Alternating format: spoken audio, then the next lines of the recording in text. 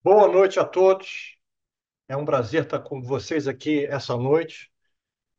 Meu nome é Marcelo Póvoa. Eu sou professor e coordenador acadêmico do IAG, que é a Escola de Negócios da PUC-Rio. E hoje temos um convidado muito especial, que é o Rodrigo Gruner da Vivo, que a gente vai apresentar com mais a propriedade em um minuto, que vai falar para a gente sobre inovação nas empresas. Temos também conosco o professor Abel Reis, que também é do MBA Digital Business, que é o curso que está oferecendo essa nossa reflexão, essa análise da inovação nas empresas, hoje com o Rodrigo. Vamos então começar o nosso webinar falando um pouco, contextualizando um pouco o Rodrigo vai falar, é que hoje a vantagem competitiva em empresas pode evaporar em curtíssimo prazo, né? É um ambiente muito agressivo competitivamente. Então, as empresas têm um desafio constante, né, em se manter relevantes, dado essa velocidade de avanço do conhecimento da tecnologia e do mercado. Ou seja, é fundamental para uma empresa no século XXI saber fazer a gestão, né, e desenvolvimento da inovação, olhando às vezes para oportunidades além do seu core business, especialmente. Os modelos de negócio estão mudando muito, né? E historicamente, né, a inovação no setor privado era muito concentrada em alguns setores, como tecnologia, farmácia. Porém, isso acabou. Não há setor poupado de disrupção no século XXI. As inovações trazem oportunidades, mas também tremendos desafios, né? E nesses setores, historicamente, a gente vê que alguns foram impactados mais cedo pelo digital, né? Que o digital é que talvez tenha acelerado esse processo nos últimos anos, esse processo de mudança, né? Setores como mídia, né? Setores como televisão, rádio, mídia impressa, principalmente, que foi a primeira a começar a ser disruptada no setor de mídia, o setor de varejo, certamente, como um segundo exemplo, e certamente o setor de telecom, que é o case que a gente vai ver aqui hoje, que é um setor que, historicamente, também tem o hábito de se reinventar, né? Com tecnologias que substituíram ao longo de décadas, né? Mas, mais uma vez, o digital provavelmente intensificou esse processo nos últimos anos. É muito agressiva a velocidade com que tem se desenvolvido novas ideias, novos conceitos e novas ferramentas, né? Ou seja, essa disrupção ela pode vir também, né, de competidores assimétricos, não necessariamente do mercado em que a empresa de telecom está, né? é, ou mesmo de novos entrantes no mercado, como as fintechs foram para o setor financeiro, por exemplo. Tá? E ninguém melhor para falar sobre isso conosco no setor de telecom do que o diretor executivo de inovação da Vivo, que é o Rodrigo Kruner, que eu dou muitas boas-vindas aqui hoje, e nós temos aqui o privilégio e o prazer de tê-lo conosco. Rodrigo, a palavra é sua. Boa noite. O privilégio é meu de ter sido convidado. Obrigado, professor Marcelo, professor Abel. É um tema naturalmente que eu gosto muito de discutir, debater. Então, a ideia é para não para ter a oportunidade de fazer uma conversa, contar um pouco desse processo, do que está acontecendo nos últimos anos aqui na Vivo, o que a gente pretende para frente. E no final a gente vai ter um tempo aí, certo? Para bater um papo e fazer responder algumas questões. Deixa eu explicar rapidamente. Eu sempre brinco que esse nome de área de inovação é um nome que eu confesso que não é dos que eu mais gosto, porque inovação, na realidade, ela deveria, e ela é uma função, uma característica do negócio e que se não todo mundo, mas a maior parte das pessoas na empresa deveria buscar isso. E o que que a nossa área faz no fim aqui, tá? Como vocês vão ver um pouco, parte da história ali que eu vou contar, a gente está passando por um desafio que é construir um ecossistema de negócios digitais a partir do core, a partir dos ativos da Vivo. Então, parte principal do que a gente faz é identificar oportunidades de negócios que possam ser desenvolvidos a partir desses ativos e que gerem valor para os nossos clientes, para o acionista. Isso pode ser receita incremental, mas pode ser também equity em negócios que depois gerem valor futuro para a empresa. E através de diversas ferramentas. Então, o nosso time hoje está estruturado uma área que trabalha com a esteira de desenvolvimento de novos negócios, desde a identificação das oportunidades até o primeiro prototipar, fazer eventualmente um piloto, e aí, quando tiver um nível de maturidade maior, transferir isso para uma área nova ou para uma outra área existente que vai tocar o negócio. Algumas verticais de negócios que a gente já criou e que elas têm já um tamanho para poder ser independentes, mas ao mesmo tempo a gente não pode passar para o core, senão elas vão ser, entre aspas, aqui esmagadas pela nossa operação, que é uma operação grande. E também a área de inovação aberta, que é uma área importantíssima. Eu tenho mais tempo de telecom, essa área é uma área relativamente recente aqui para a gente, tem uns 3, 4 anos, mas ajuda. Eu já tenho hoje quase 9 anos de Vivo e antes eu passei por outras indústrias, então isso ajuda a dar esse contexto tanto externo como interno, né? Saber como que as coisas funcionam aqui para andar. Mas vamos para o conteúdo que é a parte mais legal. Como é que começa toda essa história? E aí, Marcelo, se puder ir para o próximo slide, dá duas visões. Primeiro, uma visão de mercado. As telcos, em geral, teve um movimento muito forte de privatização em vários países no final dos anos 90 e início dos anos 2000. E aqui no Brasil, não foi diferente. Tá? Naturalmente, quando houve aquele movimento, em geral era uma indústria estatal ou estatizada em alguns países, o movimento naturalmente teve um crescimento muito grande nos primeiros anos, tanto em fixa, que era, a voz fixa era o negócio na época, depois a banda larga, era uma banda não larga, né? A nossa conectividade de dados por ADSL, ela começou a evoluir, mas ainda era muito incipiente, e o móvel também gerou taxas de crescimento muito altas. A realidade é que nos últimos anos, e olhando para frente, a indústria como um todo, ela não tem uma perspectiva de crescimento muito grande, naturalmente, porque a penetração hoje desses serviços, por exemplo, em países desenvolvidos, já é super alta. E mesmo no Brasil, a gente já tem hoje, na móvel, por exemplo, mais linhas de celular do que habitantes. Então, não é um mercado com um greenfield muito grande, mas a gente ainda tem oportunidades, aí sim, Brasil, a gente ainda tem oportunidades em banda larga fixa, que é um serviço que ainda tem uma possibilidade de penetrar, principalmente FTTH, que a gente chama de FTTH, o Fiber to the Home, né? Então, é a fibra que chega até a casa do usuário, ainda tem uma possibilidade de penetração. Então, esses dados aqui são dados globais, na esquerda de crescimento, e na direita mostra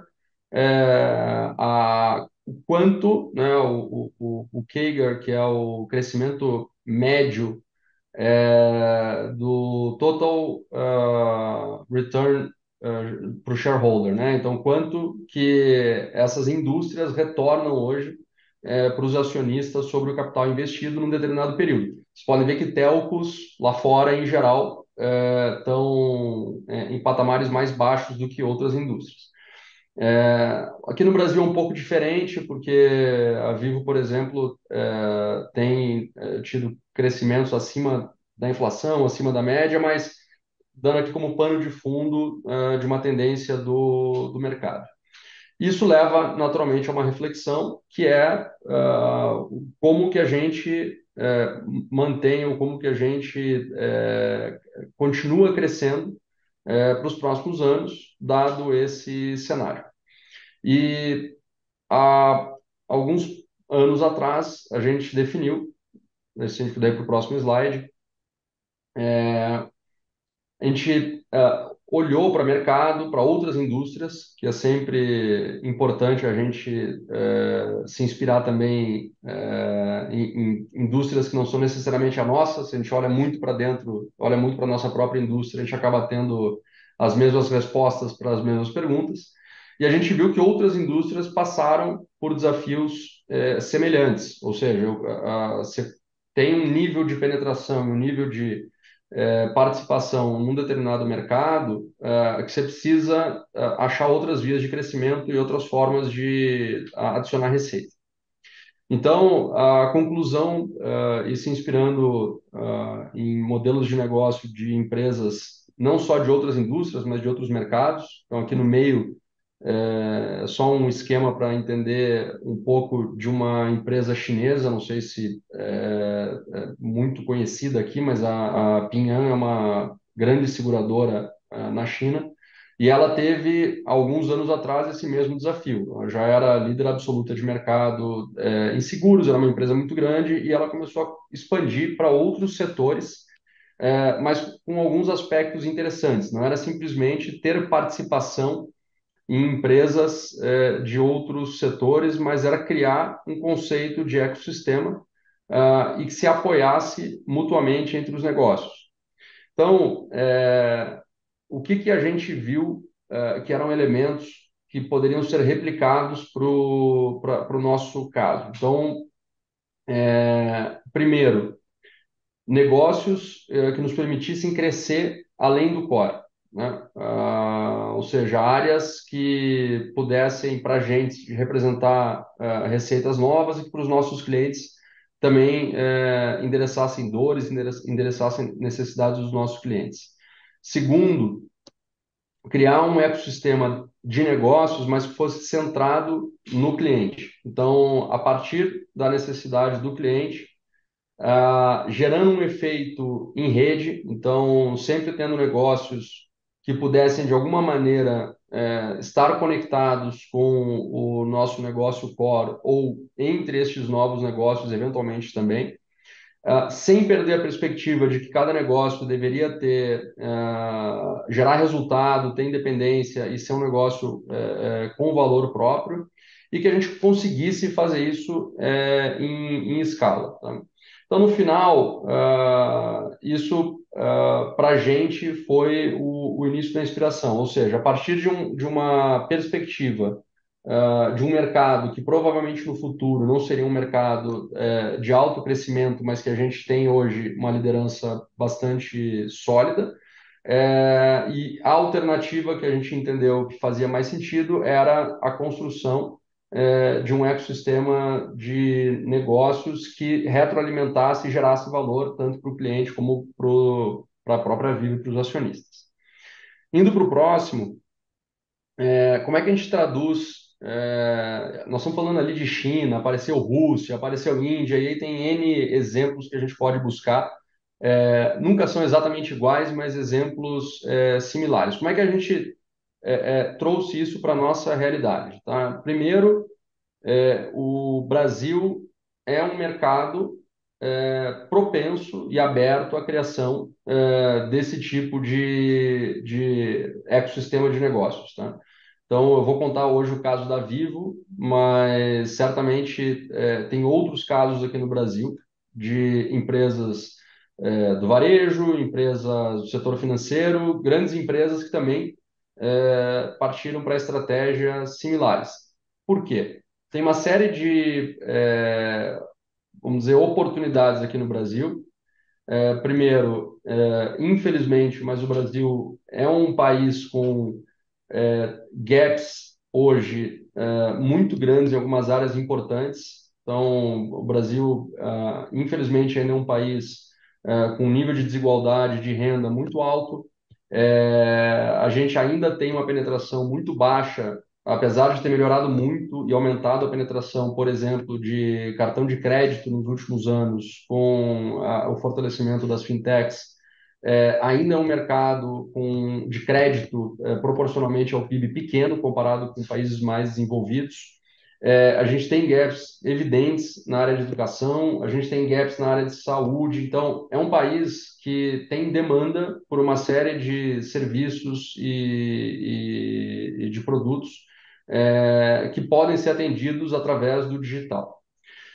E indo para o segundo ponto, apesar disso, o Brasil é um país super conectado e é uma população aberta ao digital e aberta à digitalização. E a gente, às vezes, não se dá conta, porque isso está no nosso dia a dia, está na nossa característica, mas a Vivo é parte de um grupo europeu, do grupo Telefônica, e quando a gente compara, por exemplo, velocidade de aceitação de ferramentas digitais no Brasil, comparado, por exemplo, com alguns países europeus, é muito diferente. O brasileiro, sem dúvida nenhuma, tem o lado bom e o lado ruim disso. A gente aceita rápido e adota rápido tecnologias e o digital, mas, por outro lado, a gente nota que a gente é muito pouco preocupado, por exemplo, não no caso da Vivo, mas a gente nota que as pessoas em geral no Brasil não são tão preocupadas com privacidade de dados, que é muito diferente da realidade da Europa, por exemplo, onde tem uma preocupação com privacidade de dados muito grande. Então, isso faz com que a gente tenha, hoje, uma das maiores bases de usuários de TikTok, de mídias sociais em geral no mundo. A gente tem aquele indicador que é super conhecido, mas que os brasileiros passam mais de 9 horas conectados por dia na internet, aquela história toda. E de verdade, se a gente pegar o próprio caso do Pix e a velocidade com que o Pix foi adotado hoje no Brasil, comparando com o México, que tentou um modelo similar e não conseguiu, comparando com a Índia, que tentou e não conseguiu, realmente é um país que adota muito rápido, tem essa abertura para o digital. E aí, falando de mercado, dentro desse contexto todo, a gente ainda teve mudanças regulatórias muito importantes nos últimos anos que permitiram a entrada e o crescimento de novos negócios, tanto de startups, em áreas como as fintechs que eu já comentei, a área de saúde, em outros segmentos, mas lógico que isso também para a gente é positivo, que a gente tem a oportunidade de também desenvolver negócios em áreas que não são as nossas áreas de origem.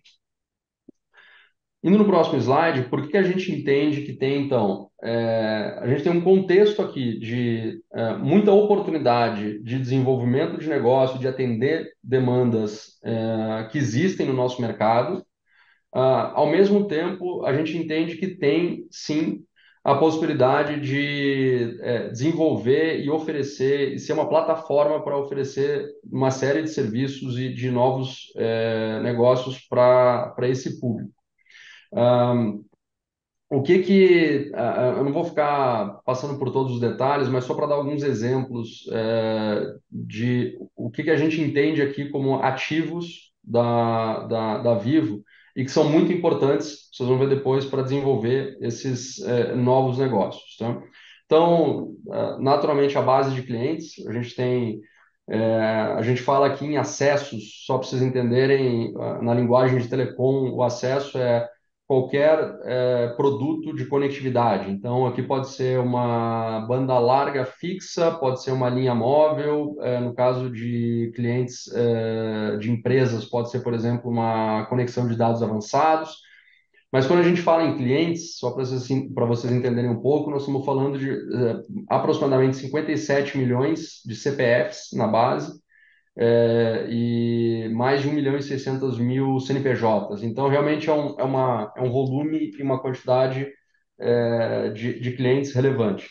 A gente tem uma rede de canais, tanto físicos, muito grande, e aqui a gente conta mais de 1.800 lojas, incluindo tanto lojas próprias como lojas de parceiros, sem contar o canal digital. A gente tem a possibilidade de fazer fatura para mais de 34 milhões de clientes todos os meses. Então, isso é um ativo muito importante para a gente. De novo, apesar da penetração de cartão de crédito ter aumentado muito O meio de pagamento hoje é, às vezes, uma barreira para se iniciar um negócio, para a gente ter a recorrência, e a gente já consegue fazer isso com uma parte importante dos nossos clientes, sem contar o acesso aos dados. Parte disso sempre foi a característica do negócio como um negócio da Vivo, uma empresa do tamanho da Vivo de telecom, ou seja, a base de clientes grande, uma capilaridade de canais relevante, recorrência nas faturas. O que mudou, talvez, nesses últimos anos, e eu brinco que no PowerPoint tudo fica bonito, né? Mas na vida real essas coisas foram acontecendo em paralelo, algumas delas. Mas enquanto a gente estava fazendo essa discussão de novas vias de crescimento, de novos negócios, o nosso core também passava por uma transformação muito importante, que era a digitalização das jornadas e a construção de um data lake com visão cliente muito mais robusto do que a gente teve no passado. Então, eu vou falar desses dois pontos, tá? Não adianta nada a gente querer desenvolver negócios que têm um componente digital forte se a gente não tem um canal digital relevante para falar com os nossos clientes e para ter essa relação com eles. Então, isso é uma mudança em relação, acho que a maioria aqui, se não todos, devem ser clientes de alguma grande operadora no Brasil. É, Vocês devem perceber que no mercado, por exemplo, os bancos talvez saíram na frente na hora de transformar a operação deles, que era uma operação basicamente offline, numa operação transacional, digital. Primeiro com web banking, depois com os aplicativos. E a gente está agora e aí falo pela Vivo, com a nossa presença no digital muito mais forte, uma presença robusta. Então, a gente já tem mais de 22 milhões de usuários únicos por mês no app Vivo, e para quem é cliente Vivo, já deve ter notado uma evolução muito grande no aplicativo. Então, o aplicativo aqui não é um aplicativo para simplesmente suporte, ele é um aplicativo que está cada vez mais evoluindo para ser a presença da Vivo no digital. E em breve nós vamos ter mais novidades, vocês vão ver que ele de fato vai ser uma experiência completamente diferente. E por que isso é relevante? Porque ele é, hoje, um canal importantíssimo para a gente explorar esses novos negócios que eu vou comentar. E os dados são talvez um dos ativos mais importantes que a gente tem aqui para desenvolver esses negócios, mas eles precisam estar estruturados, organizados e com a visão cliente. E quando a gente tem uma quantidade de sistemas legados como a gente tem, o investimento foi alto para chegar no estágio que a gente está hoje e ter uma estrutura de dados aqui que possa ser, e aí sim começar a gerar valor para a gente ter uma recorrência de contato e conversas com os nossos clientes.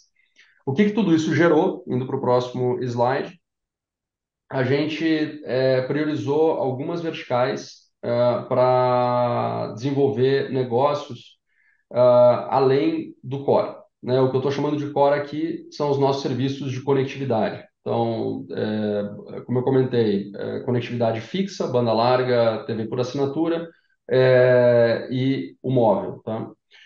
Isso continua sendo o core. A gente não vai deixar de investir, não vai abandonar, até porque sem o nosso core a gente não tem a força daqueles ativos ali que eu comentei.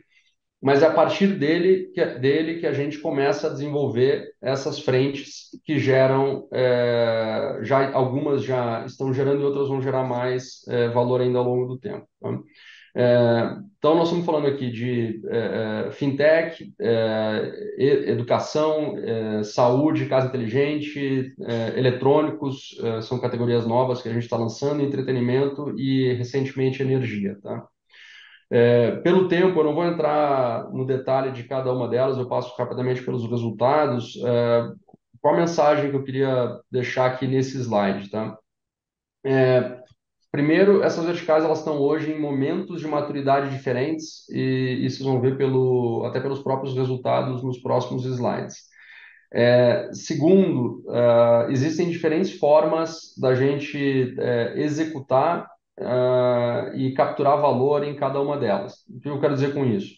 Quando a gente olha para fintech, que eu vou comentar um pouco mais para frente, foi a primeira vertical que a gente começou a desenvolver um negócio e ela foi incubada e desenvolvido internamente. Então, o primeiro negócio foi um negócio de crédito, que eu falo mais depois, para oferecer para a nossa base de cliente usando os dados para ter um score melhor, um score diferenciado para poder oferecer financiamento a um custo mais competitivo para esses clientes.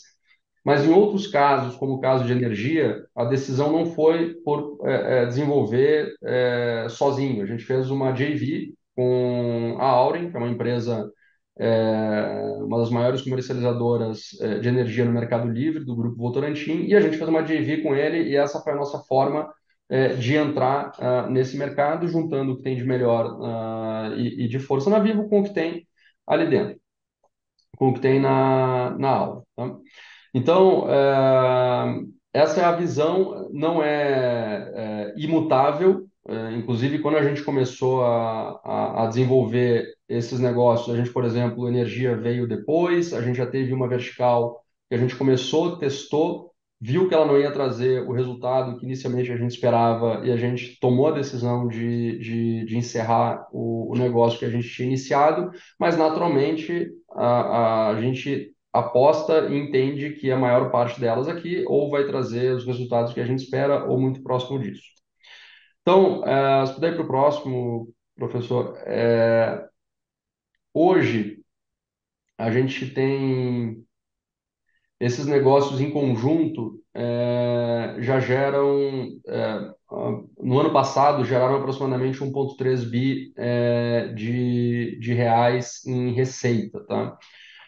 E talvez mais importante, que foi o nosso primeiro comentário, com um crescimento de 40% em relação ao ano anterior, que é no fundo o que a gente está buscando, né? Ter vias de crescimento que nos ajudem a aumentar o crescimento da companhia como um todo. Lógico, a Vivo encerrou o ano com mais de 50 bi de receita. Ainda não é uma receita, vamos dizer que mexa, como a gente brinca aqui, no ponteiro do todo da empresa, mas se a gente olha individualmente, já é um resultado relevante e a gente espera que ele continue contribuindo cada vez mais ao longo dos próximos anos, tá? Eu vou passar pelo tempo, e aí, professor, você me orienta aí se a gente está com pouco ou muito tempo para seguir, mas eu acho que a gente já pode ir para o próximo. Eu vou contar um pouco depois de como que a gente chegou aqui, mas hoje uma das verticais mais maduras que a gente já tem é a de serviços financeiros ou fintech. De forma geral, por que que a gente trata desse tema aqui? É porque ele tem bastante sinergia com os nossos negócios. Então, se vocês pegarem esses três produtos, né? Então, a vertical como um todo, ela já alcançou uma receita no ano passado de 400 milhões. E tem uma série de produtos, mas os três principais que a gente está mostrando, que é o empréstimo pessoal, o seguro celular e o cartão co-branded, eles estão relacionados ou à venda de produtos. Então, a gente hoje tem uma operação relevante de receita de eletrônicos. Então, só para vocês terem uma ideia, eu estou comentando aqui que a gente fez no ano passado, nesses negócios, 1,3 bi, mas a gente já tem 3 bi aproximadamente em receita de eletrônicos que são vendidos pelas nossas lojas, tanto físicas como pelo e-commerce. No fundo, um negócio de varejo e é um negócio onde a gente tem a oportunidade de vender o seguro celular junto com a venda de um smartphone, por exemplo, que é um dos produtos. A gente tem a oportunidade, naturalmente, de usar um meio de pagamento como um cartão para facilitar a venda e também vender esse produto nos nossos pontos de venda. E o empréstimo pessoal, ele é o primeiro produto que a gente desenvolveu de crédito puro, vamos dizer assim, e ele vai evoluir, nós vamos ter novos produtos depois que vão estar mais diretamente atrelados à venda, obviamente, de produtos que a gente tem nas nossas lojas ou para ajudar os nossos clientes, tá? Outra frente importante para a gente, indo para o próximo, Entretenimento. Aqui tem um tema interessante que a gente, por uma questão regulatória aqui no Brasil, a gente não pode, a empresa que detém o conteúdo não pode ser a mesma que distribui o conteúdo. Então, a gente, aqui é uma vertical onde a gente é principalmente um distribuidor dos nossos parceiros, que são as marcas que estão aí no slide, e vocês ou conhecem ou são clientes, provavelmente, de algumas delas. O que é relevante aqui para a gente? O que isso nos traz de benefício? Claro, é uma receita que a gente traz para a empresa adicional. Então, aqui nós estamos falando de clientes assinando esses serviços através da Vivo, na fatura da Vivo. Gera um engajamento maior da nossa base. Então, o nosso cliente, além dele ter o serviço de telecom, ele também está assinando o serviço de streaming de vídeo ou de música. E a gente dá uma experiência diferente para esse cliente. Uma das dores que a gente identificou quando começou esse projeto foi as pessoas começaram a perder um pouco a referência de onde que elas estavam pagando, porque ela começou a assinar um no cartão de crédito, assina o outro no PayPal, assina o outro não sei aonde, onde é que está isso? Parte aqui da nossa proposta de valor, fora simplificar a vida do cliente e concentrar tudo na fatura, através do App Vivo, o nosso cliente também consegue fazer gestão dos aplicativos que ele está assinando, se ele quer cancelar, se ele quer assinar outro, ele consegue fazer isso de uma maneira mais fácil. E para os parceiros, a gente acabou se tornando um canal muito relevante pela limitação que eu comentei mais cedo do cartão de crédito. Então, se a gente pegar players relevantes como Netflix, por exemplo, a Vivo já é um dos principais canais para eles aqui no Brasil de distribuição, muito em função disso, porque a gente chega numa parte do público que tem uma facilidade de jornada de assinatura que talvez por outros meios eles não tenham. Então, essa é uma vertical também importante. Aqui está tudo muito ainda, isso é mais próximo do core, mas se a gente for para o próximo slide, a gente fala aqui de varejo. Quando eu falo varejo, é a venda de eletrônicos nos nossos canais, tá? Historicamente, as operadoras elas vendiam muito smartphone, no início feature phone, que são aqueles aparelhos antigos, o famoso Nokia da cobrinha, né, que não tinha, era basicamente um aparelho para fazer ligação e mandar SMS. Então, isso sempre teve muito dentro da operação da Vivo. Smartphone ainda é uma receita naturalmente relevante, mas a gente identificou que tinha o potencial de transformar os nossos canais num destino para os clientes de produtos de tecnologia que vão além do smartphone.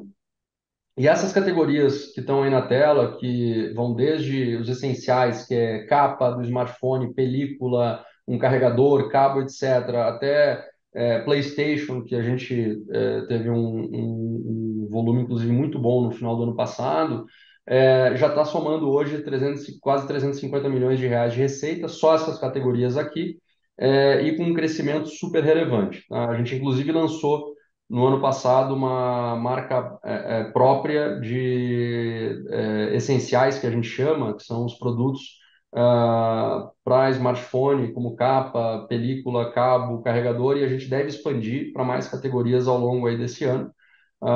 E é um negócio que em um ano a gente já saiu do zero para 40 milhões, então mostra que tem potencial de crescimento.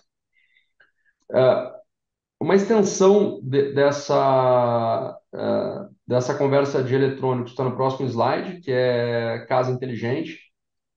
Então, que é uma outra frente que a gente acredita muito, porque a nossa visão aqui é a gente conseguir ter uma proposta de valor completa para o domicílio. Eu quero dizer com isso, começa na conectividade, então a gente oferece a banda larga de alta velocidade para o cliente, passa por uma solução de cobertura Wi-Fi e chega até o dispositivo conectado. E aqui o que a gente está chamando de dispositivo conectado é uma lâmpada que eu posso controlar à distância, sensores, câmeras e por aí vai. Tá? E a gente vende hoje tanto o hardware, hoje a maior parte, naturalmente, dessa vertical da receita vem da venda do dispositivo, mas a gente já está oferecendo, começando aqui por São Paulo, a gente deve expandir para outras regiões ao longo do ano, serviços de instalação e configuração desses dispositivos de automação. Claro que é uma automação mais simples, nós não estamos falando aqui de uma automação premium, como a gente fala aqui, de valores mais altos, mas ela já permite aos nossos clientes ter a experiência de controlar alguns dispositivos na sua casa, usando ou assistente de voz ou aplicativo. Tá? Indo para o próximo, a gente tem uma vertical de saúde e aqui o nosso papel não é operar no mercado de saúde, a gente iniciou isso como um piloto, uma ideia, e basicamente o que a gente está querendo endereçar, né? Hoje, 25% só da população tem acesso a plano de saúde privado, 75% é atendido pelo SUS. Para esses 75%, por cento da população que não tem acesso a um plano de saúde privado, existe um modelo de negócio que é um modelo de um plano de benefícios, vamos chamar assim, uma plataforma de benefícios, né? Então, a gente começou com um piloto, viu que tinha demanda e no final acabou comprando essa empresa, que é a Vale Saúde, e ela basicamente é uma plataforma que conecta uma rede de laboratórios, clínicas, médicos, com preços pré-negociados e usuários que estão dispostos a pagar um valor por esses serviços, mas um valor que é muito mais baixo do que se fosse na tarifa balcão, que a gente chama, que é se eu batesse lá no laboratório e fosse fazer. Então, esse para a gente é uma frente relevante, porque ela atende uma demanda muito clara de uma parte relevante da população e tem um potencial aqui de negócio bastante relevante. Para encerrar aqui a parte de novos negócios, eu falo rapidamente de inovação aberta. No próximo slide, a gente tem duas oportunidades, que são energia e educação, e essas, como eu comentei no início, a gente teve uma abordagem diferente. Todos os negócios que eu comentei até aqui são 100% da Vivo.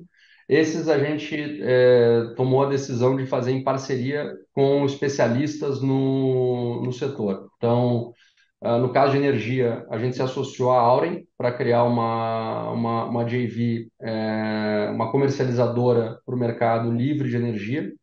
Em educação, a gente fez uma parceria com a Anima, que é um dos maiores grupos de educação do Brasil, para a criação de um negócio para a educação não regulada, voltada para profissionalização de jovens. Tá? Tudo isso, indo para o próximo slide, ali, até agora eu falei dos negócios que a gente está ou já desenvolve há algum tempo ou está começando a desenvolver agora e esses já geram ou vão gerar um resultado mais no curto prazo. Para a gente é muito importante também estar conectado com o ecossistema de inovação aberta e com as startups, seja para retroalimentar ou para trabalhar em conjunto com essas verticais que a gente desenvolve negócios, e até mesmo longo prazo, eventualmente, para trazer alguma oportunidade nova que possa surgir. Então, a gente criou a Vivo e o Grupo Telefônica aqui no Brasil já tem um hub de inovação há alguns anos, desde 2011, 2012 mais ou menos, que é a Wayra, e a Wayra é o nosso fundo focado em early stage, né? Então, investimento em startups que estão fazendo rodada pré-seed ou seed, ou seja, rodadas, startups ainda pouco maduras, que são menores e que têm um valor, um cheque menor. O Ventures, o Vivo Ventures é um novo fundo que nós lançamos há um ano e meio, que é um fundo já focado em startups que estão captando em rodadas Série A ou Série B. Até agora a gente já fez 4 investimentos, todos eles relacionados de alguma maneira com aquele ecossistema que eu comentei para vocês. Tá? Se puder ir para o próximo, esse é até agora, pessoal, dei um panorama geral de por que a gente decidiu e passou a buscar essa estratégia de criação do ecossistema. Isso é um tema que a gente vem desenvolvendo agora já há uns 3, 4 anos, e passei pelos negócios. Alguns, como eu comentei, mais maduros, outros um pouco menos, mas aquilo que a gente está executando. É, Se puder compartilhar com vocês aqui, talvez o nosso primeiro caso de desenvolvimento do negócio foi do Vivo Money, que é o produto de crédito. E eu queria contar um pouco como é que foi a experiência de desenvolver isso dentro de uma grande empresa, que na época talvez nem tinha tão claro exatamente como que ia executar essa estratégia de criação desse ecossistema, mas foi o primeiro caso que a gente teve. E aqui é interessante que não tinha. E aí, tentando trazer aqui a vida real, não tinha um playbook nos dizendo como é que a gente deveria desenvolver ou como que a gente deveria criar um novo negócio aqui dentro. O que a gente viu foi, é, tinha uma oportunidade da gente. A conversa toda começou com uma oportunidade para financiar smartphones, que naturalmente é um desafio para uma empresa como a nossa, que vende o volume que vende de smartphones, e um país como o Brasil, que, querendo ou não, oscila entre taxa Selic a 12 no ano, daqui a alguns anos a taxa Selic baixa para 4, uma hora financiar é barato, outra hora financiar é muito caro, então é muito difícil você ter uma perenidade, vamos dizer, num produto de financiamento ao longo do tempo. Acho que os varejistas já tinham identificado isso há muito tempo, tanto que desenvolveram suas verticais de serviços financeiros há algum tempo, justamente para endereçar essa demanda que o mercado tinha de crédito. Mas aí como é que foi o nosso processo? A gente, quando começou a tentar desenvolver o CDC, que seria o produto de financiamento para a venda de smartphone, a gente esbarrou num monte de desafios internos de implementação. E a gente partiu para o próximo produto, que era o empréstimo pessoal. Ele é um produto mais simples, do ponto de vista até mesmo do ponto de vista de estrutura de produto financeiro. Qual foi aqui o racional? Era usar os dados, obviamente com consentimento do cliente, respeitando LGPD e dentro da jornada de avaliação do crédito, mas usar os dados para melhorar o score que é usado para definir a taxa e o prazo que pode ser dado para um determinado cliente do empréstimo. Por que isso é diferente? Um cliente, por exemplo, de um grande banco, o grande banco conhece esse cliente e provavelmente vai conseguir dar o melhor crédito e a melhor taxa possível para esse cliente. Mas se você não está em nenhum grande banco, que é uma realidade de muita gente, provavelmente a sua taxa e o custo para você financiar vai ser muito alto. Então a gente começou com esse racional, desenvolveu um piloto, fez um white label que a gente chama, ou seja, a gente desenvolveu esse produto que vocês estão vendo aqui na esquerda lá em 2019, com um banco parceiro por trás, e ao longo de 6 meses, basicamente o que a gente testou? Se a gente era capaz de vender um produto que não fazia parte do nosso core. Era a primeira vez que a gente ia oferecer um produto de crédito para a nossa base de clientes. E a gente viu em pouco tempo que sim tinha demanda e a gente era capaz de vender. Tanto que o banco, que era nosso parceiro na época, queria acelerar a captação e a gente disse, pô, peraí, se o banco está querendo acelerar, é porque deve ter um negócio que dá dinheiro aqui e a gente pode usar. E aí a gente evoluiu o conceito e criou uma estrutura para poder ter também a receita e o resultado desse negócio. Então, a partir desse piloto e da gente ter provado a tese de que era possível a gente ter um modelo de crédito mais preciso a partir dos dados internos e que a gente era capaz de vender, a gente aprovou internamente um BP, um Business Plan, para criar uma estrutura. Então, naquela época, a partir daquilo ali, a gente criou um FDIC.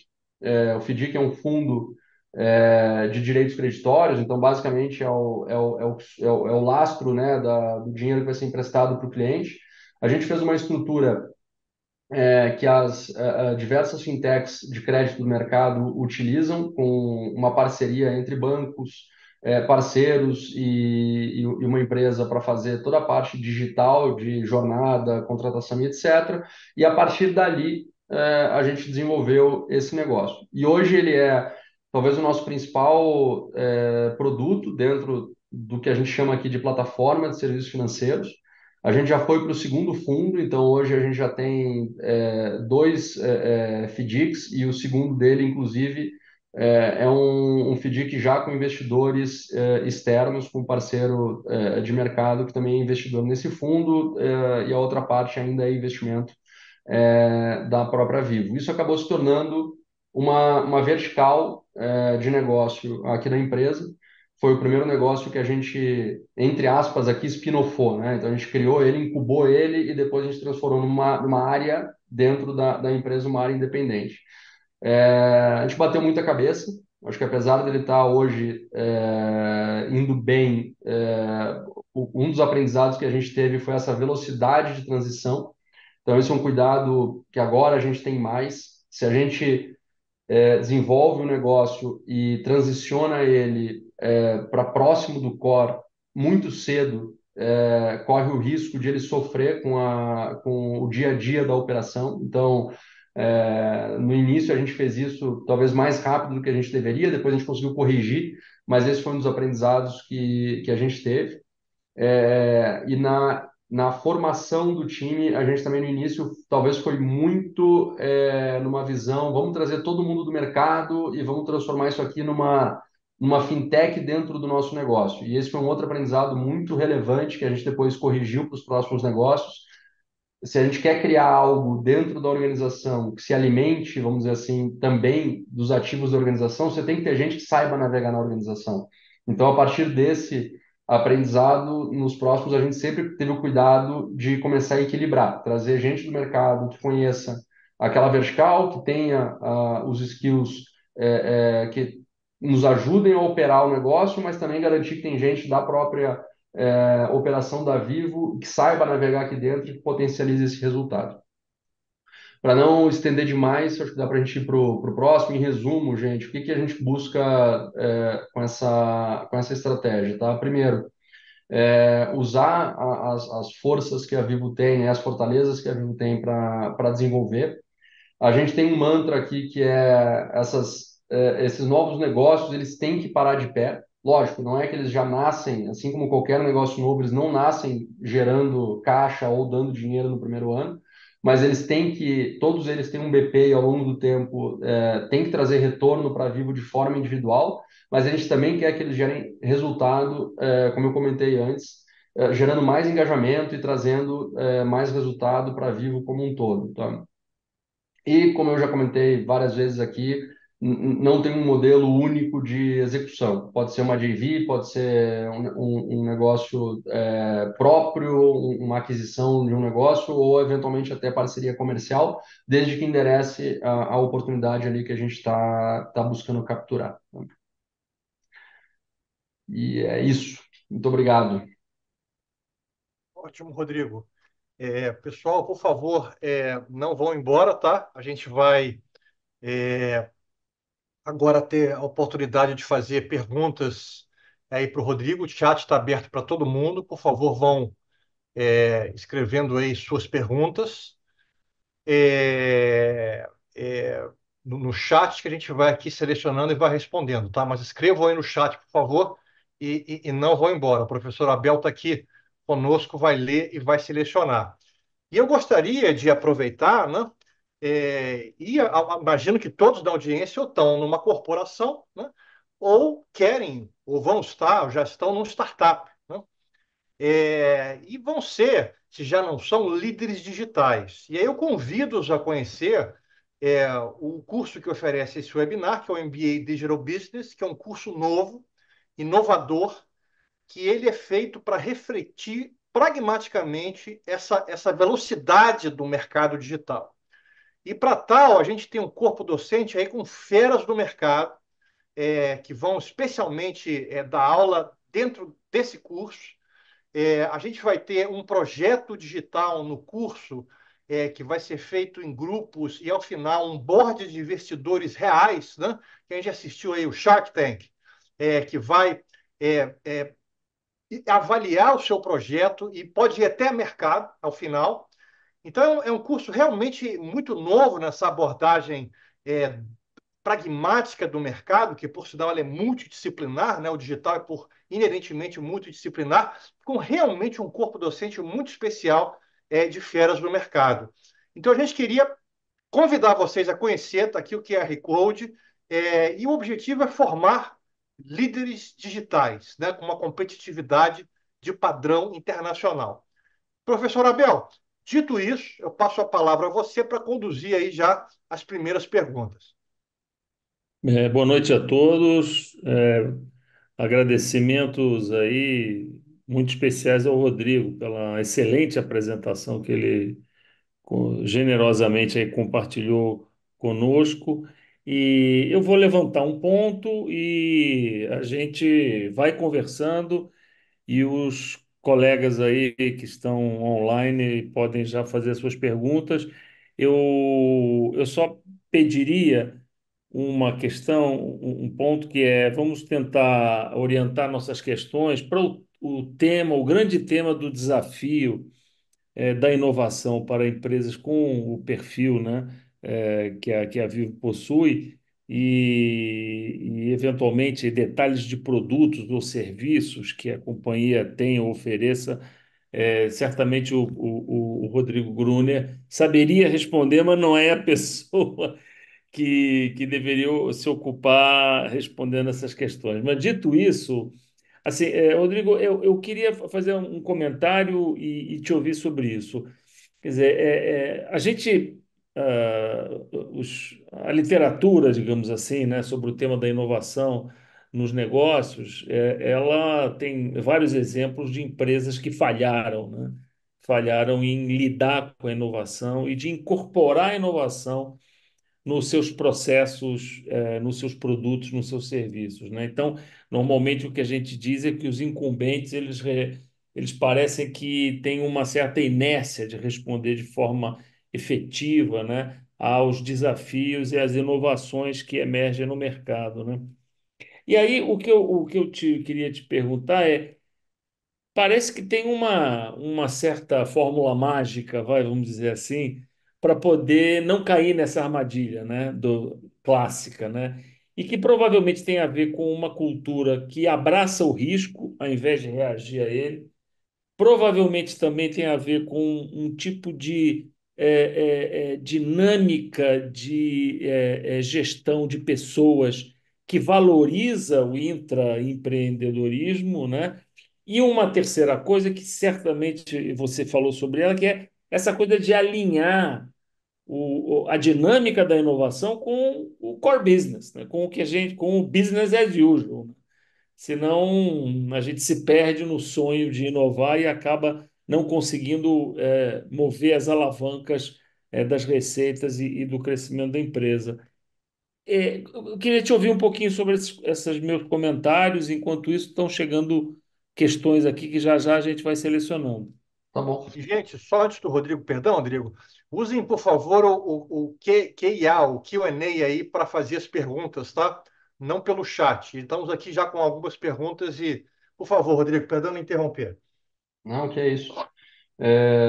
Tentando responder de uma maneira mais direta, professor, eu acho que, primeiro, não tem uma. Infelizmente, eu acho que não tem uma resposta mágica e nem única, porque o contexto de cada empresa é muito diferente da outra, seja pela indústria, pelo momento da empresa, pela posição que ela ocupa no mercado naquele momento. Mas o que eu acredito que dá para talvez capturar de aprendizado aqui dessa jornada que a gente está passando, tá? E passa sem dúvida, por alguns desses elementos que você falou. Primeiro, tem que ter uma clareza, e daí quando eu falo clareza, não é no tático, né? Mas é na visão é, do conselho e ou do CEO, de que esse é o caminho e de que a empresa está disposta a investir numa mudança. Não sei quem lembra aí das aulas de administração de muitos anos atrás, mas o famoso problema da agência, ele existe, né? Então, não necessariamente os incentivos do acionista são os mesmos do executivo que está naquele momento na liderança. Então, se você quer ter uma visão e uma execução que no longo prazo vai te trazer mais retorno, mas que ele tem um custo no curto prazo, você precisa primeiro ter essa visão muito clara e ter gente disposta a fazer. Porque, como eu comentei antes, você não faz uma mudança relevante e aqui a gente nem está mexendo no core business. O core business ele está lá e ele também tem entre aspas o seu grau de inovação. Ele precisa também evoluir. Mas ninguém faz investimento em negócios sem estar colocando um risco nessa decisão. Esses negócios que a gente está desenvolvendo, eles estão trazendo retorno agora depois de 3 anos, alguns deles. Então a gente ficou 2 anos investindo como empresa até ele começar a dar algum retorno. Então, o que você falou, a empresa como um todo tem que estar disposta a correr esse risco. E eu sei que é um tema que talvez está meio, eu não vou dizer batido, mas é muito falado. A organização ambidestra, no fundo, é isso. É assim, como é que eu consigo manter o foco no core sem perder, porque a gente também não pode perder a liderança que a gente possui nos nossos mercados originais, ao mesmo tempo que a gente dá liberdade para uma parte da organização começar a desenvolver o novo e começar a desenvolver isso. Segundo ponto, então, o primeiro ponto é liderança e ter uma visão clara e que essa liderança esteja disposta a correr alguns riscos para fazer isso. O outro é cultura, que você comentou que é muito importante. A gente não consegue fazer uma mudança dessas dentro de uma cultura organizacional que seja totalmente avessa a risco. E aí não é só a questão do investimento, não é só a questão do dinheiro, mas aí nós estamos falando de todos os processos dentro da organização. Então, parece um exemplo bobo, mas para mim dos grandes sinais de mudança que a gente teve alguns anos atrás, de que essa cultura estava mudando, foi o dress code da empresa. Se alguém teve contato com empresa de telecom há 10 anos atrás, ela ainda estava na época do quase gravata, né? Mas homens de blazer, calça, camisa, né?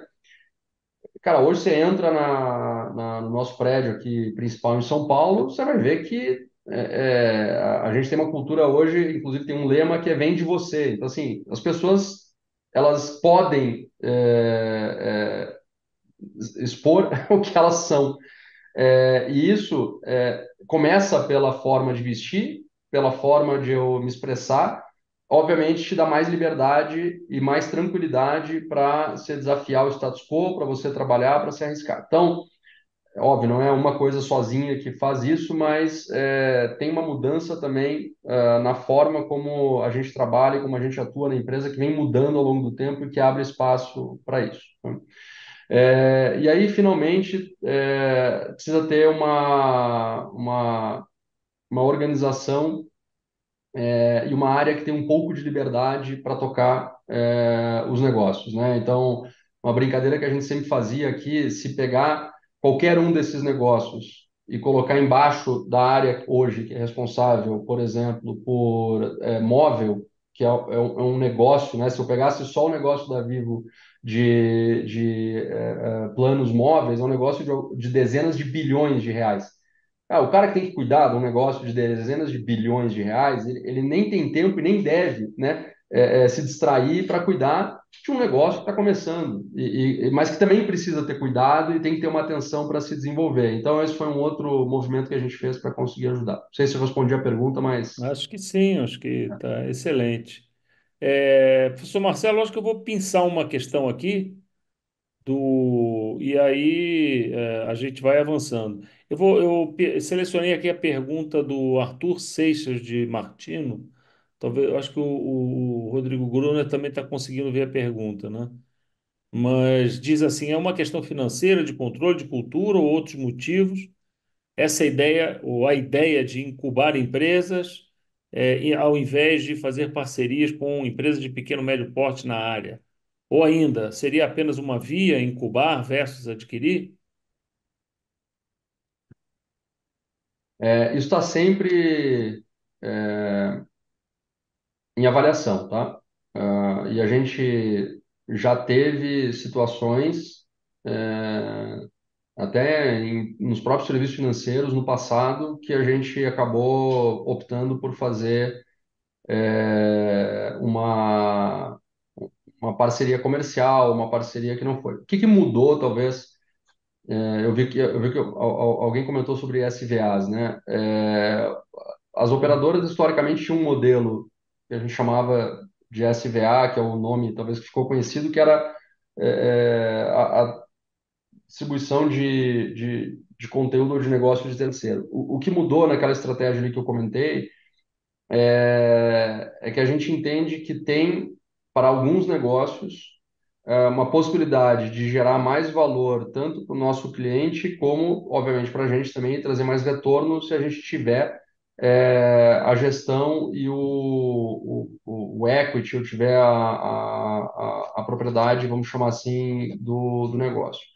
E aí, quando a gente fala especificamente de serviços financeiros, lembrando que a tese era a gente conectar com jornadas da própria Vivo, utilizar com consentimento do cliente mais dados para que a gente pudesse gerar, e isso ficava muito difícil se a gente terceirizasse, entre aspas, essa operação. Então, foi meio que um caminho natural, juntando a melhor forma de utilizar os nossos ativos com o maior retorno que a gente poderia ter fazendo. Aumenta o risco, porque o negócio de crédito ele parece ser um negócio super rentável, mas ele também é um negócio de um risco muito alto, tá?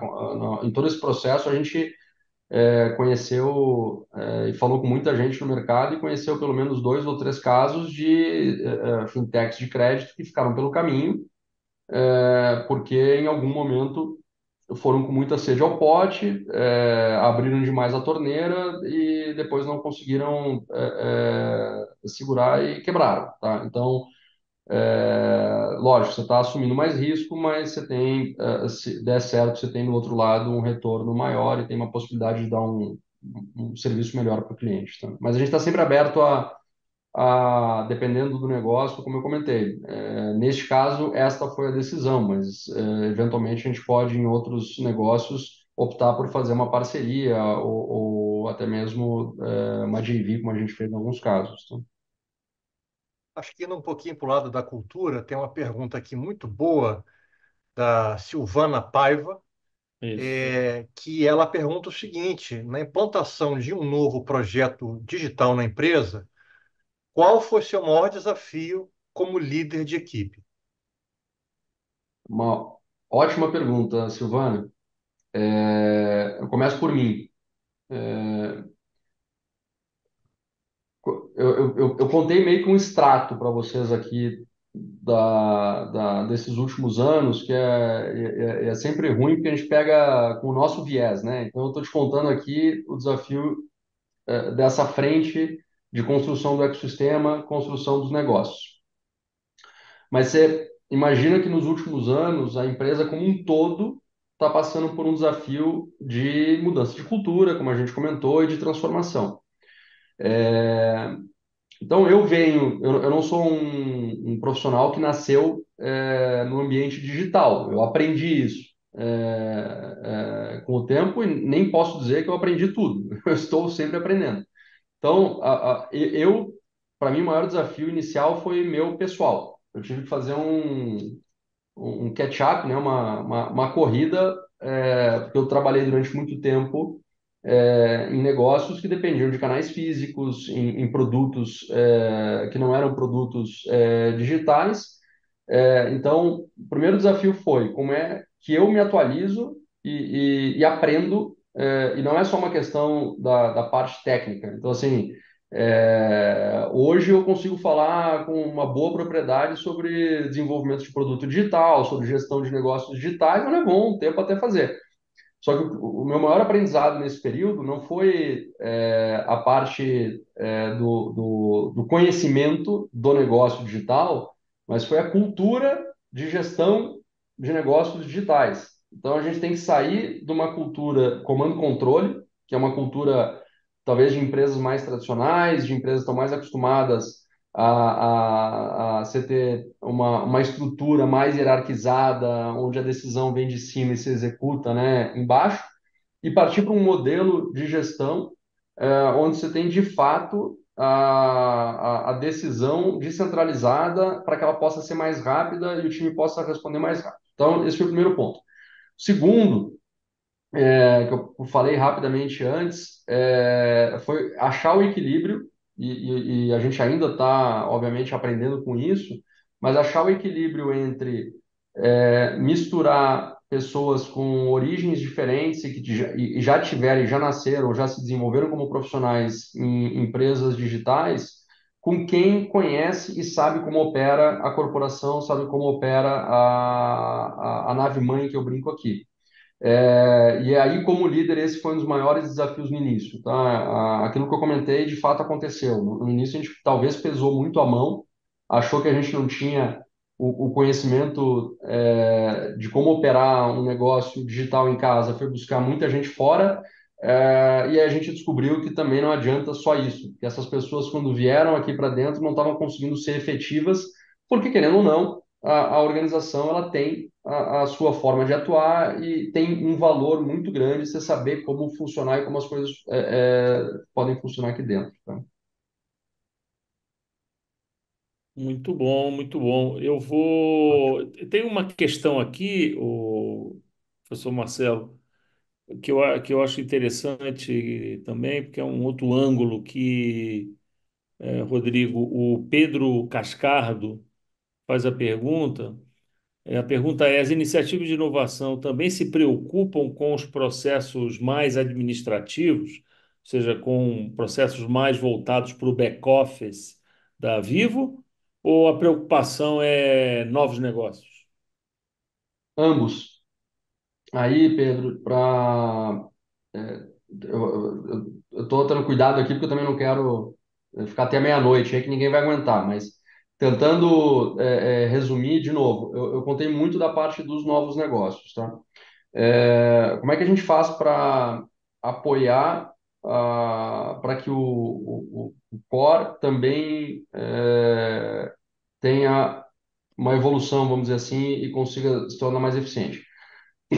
Como área, o nosso papel é através de inovação aberta. Então, a gente tem um time dedicado hoje a conectar eh, as áreas da Vivo com startups do mercado. E aí sim, o principal objetivo é como é que a gente traz mudança e uma evolução de processos internos, sistemas, metodologias para que o core seja mais eficiente, tá?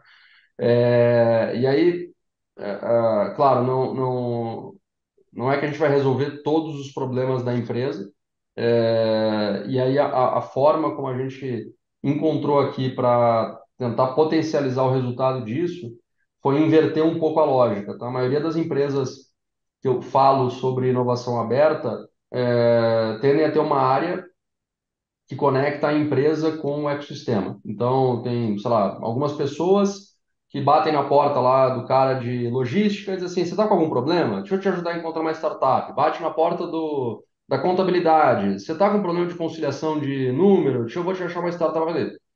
A gente também faz isso, mas o que a gente aprendeu é que não tem como três, quatro pessoas. A Vivo hoje tem 33 mil colaboradores diretos, fora os indiretos. Assim, é impossível um grupo desse tamanho gerar resultado suficiente. Então, a gente inverteu a lógica e há 4 anos já a gente promove uma formação de inovação aberta para executivos. Então, diretores, gerentes sêniores e gerentes. E a cada ano a gente forma aí mais ou menos 30, 25, 30 executivos e eles passam por uma imersão de 6 meses, que eles vão desde o beabá, assim, olha o que está acontecendo no mercado, olha como é uma startup, a gente coloca eles em contato com os principais ecossistemas para eles e depois irem atrás. A gente disponibiliza uma plataforma de dados para busca de startups e eles mesmos começam a ir atrás e a gente começou a inverter a lógica. Então, hoje, depois, claro, de alguns ciclos e de bastante gente tendo passado por vamos dizer assim, racha-cuca aí, né? Começou a abrir a cabeça e ir atrás, a gente já está tendo um efeito contrário agora. Agora, o pessoal já vem e nos criou um problema, entre aspas, porque a gente teve que criar um fundo de POCs para ajudar esse pessoal a destravar, porque eles já estavam com o problema, entre aspas, resolvido. Tipo assim, já vendo, cara, ó, eu estou com esse problema, eu já identifiquei essa startup, mas eu quero dar continuidade e eu estou precisando de ajuda para financiar pelo menos a POC para depois eu poder evoluir para um contrato maior com ele. E a gente fez. Então, esse é um pouco do modelo que a gente fez, fora outras iniciativas muito grandes na empresa, que se você trabalha em alguma empresa ou conhece, você vai saber, RPA, implantação. Hoje nós já estamos usando o LLM, algumas ferramentas baseadas em LLMs aí de IA, por exemplo, para acelerar o atendimento no nosso call center, para o atendente poder achar as informações mais rápido que ele precisa usando um motor de conversacional. Estamos fazendo um teste com nossa força de vendas B2B para acelerar também o processo de geração de proposta para cliente. Então, eu acho que essa é uma parte, indo na linha do que o professor Abel falou, quando você chega num momento de que tem muita gente na empresa que já entendeu essa mudança, já entendeu a cultura, organicamente isso vai acontecendo. Assim, as pessoas vão atrás, começam a questionar e não depende e nem deve depender de uma área fazer isso. Tá? Eu acho ótimo. Eu acho que a gente pode fazer uma pergunta aqui que acho que interessa a todos aqui, né? Que não sei se todos aqui na audiência são de telecom, mas é o fato, Rodrigo, da gente estar vendo aqui na sua apresentação é, uma cultura, né, de uma empresa tradicional que existe há décadas, né, que abraça muito risco.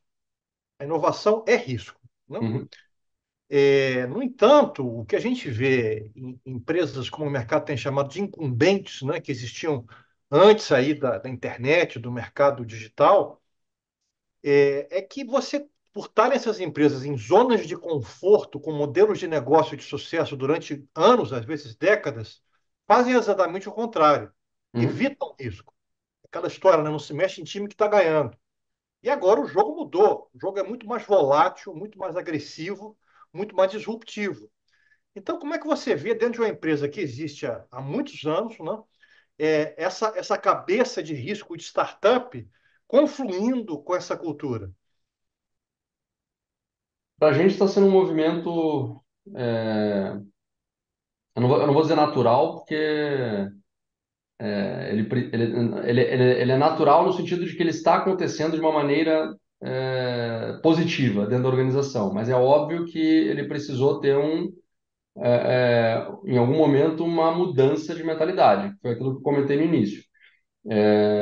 Você tem que ter uma disciplina e toda a liderança tem que estar alinhada nisso, de que a empresa vai aceitar esses riscos e ela vai ter que conviver com algumas situações que às vezes são ambíguas, tá? Eu acho que esse é talvez dos grandes desafios e que até agora a gente está passando. O que eu quero dizer com isso? É, eu já passei em outros momentos situações em que começa com essa ideia, vamos arriscar, vamos começar algo diferente, vamos fazer. Primeiro soluço que dá no resultado do core, você mata a ideia do novo, né? Você diz, não, não, peraí, agora já não é mais tão legal eu fazer. É, então, acho que esse talvez é o primeiro ponto, tá? Precisa ter uma resiliência e uma disciplina grandes para não se abandonar isso no meio do caminho, porque senão você está jogando esforço e recurso fora, honestamente, tá? Porque não é no curtíssimo prazo que isso vai se pagar. Agora, olhando para dentro, né, da organização e vendo a nossa experiência, você precisa ter os dois, tá, Marcelo? Assim, e aí fazendo uma reflexão aqui até.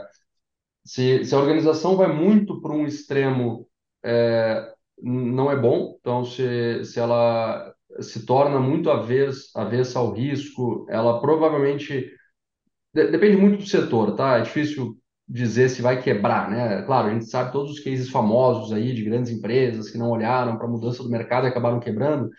Não necessariamente é isso, mas talvez ela perca oportunidades importantes de crescimento porque ela não quis, né, arriscar. Agora, por outro lado, se você vai muito pro lado do novo, da inovação, a inovação que eu estou chamando aqui é a inovação de sair talvez do core e começar a apostar muito em coisas novas e você perde o teu resultado do core, também é muito ruim, porque assim, sendo bem transparente, a gente tem o privilégio de ter uma empresa com um core forte como tem para poder desenvolver essas novas linhas. Se a qualquer momento a gente começa a perder a liderança e a fortaleza que a gente tem, que são todos aqueles ativos que eu comentei, eu também não vou conseguir sustentar durante muito tempo, porque demora até esses novos negócios serem relevantes por aí vai. Então, eu acho que é o desafio das grandes empresas querem fazer, tá? Que é não perder o olhar para o novo, não se desafiar, não se questionar, mas também ter o foco no resultado daquilo que, no final das contas, ainda é a principal linha de negócio, né? Excelente, Rodrigo. Muito bom mesmo, tá? Eu acho que todo mundo Muito aqui bom. apreciou muito essa contribuição tua aí. E se você gostou, e além do Rodrigo, que é trabalhar ser uma mentoria de outras feras do mercado, eu convido mais uma vez realmente a vocês a conhecerem o MBA Digital Business, que ele inicia 8 de abril. É um curso novo, inovador e vai ter exatamente essa abordagem pragmática de mercado que a gente viu que hoje, com outras feras, além da fera que a gente teve aqui hoje, que é o Rodrigo, eu agradeço muito a generosidade de compartilhar o conhecimento com a gente. Eu acho que foi excelente a nossa sessão aqui hoje. Todos aprendemos muito com você. E desejo uma boa noite também ao professor Abel, que contribuiu como um excelente moderador, como sempre, com perguntas pertinentes e inteligentes. E desejo uma boa noite a todos e agradecimentos aqui em nome do IAG, Escola de Negócios da PUC Rio. Boa noite, obrigado, viu? Boa noite a todos. Boa noite a todos.